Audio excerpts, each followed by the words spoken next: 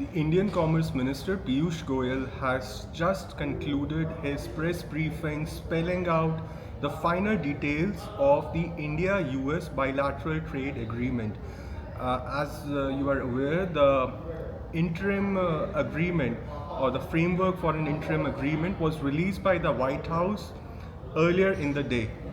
Some of the things that have come out or the major takeaways from the Indian Commerce Minister's briefing are as follows.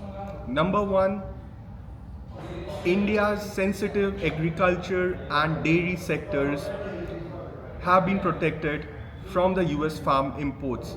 No concessions have been granted by India to let American dairy or agricultural products enter into the Indian market and compete with the Indian farm and dairy products.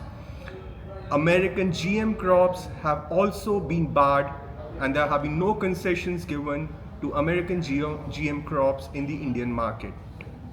Secondly,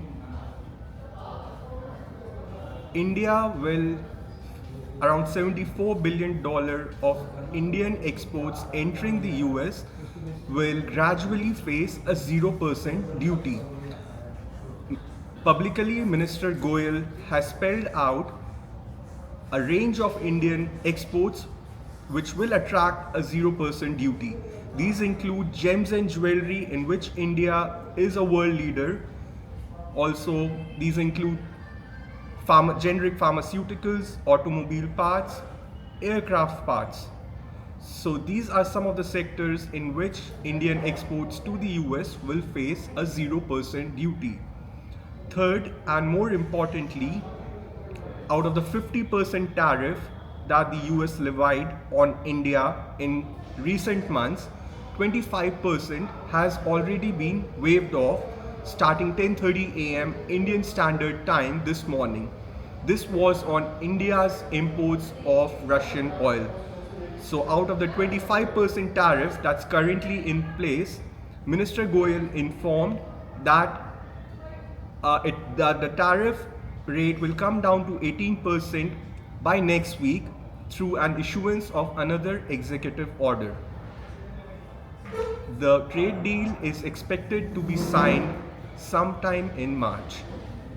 On the question of Russian oil imports, there was no specific response from Minister Goyal, who deferred the issue to the Ministry of External Affairs. In terms of benefits to Indian exporters, we are given to understand that Indian exports to the US over the course of next 5 years could touch around $300 billion mark.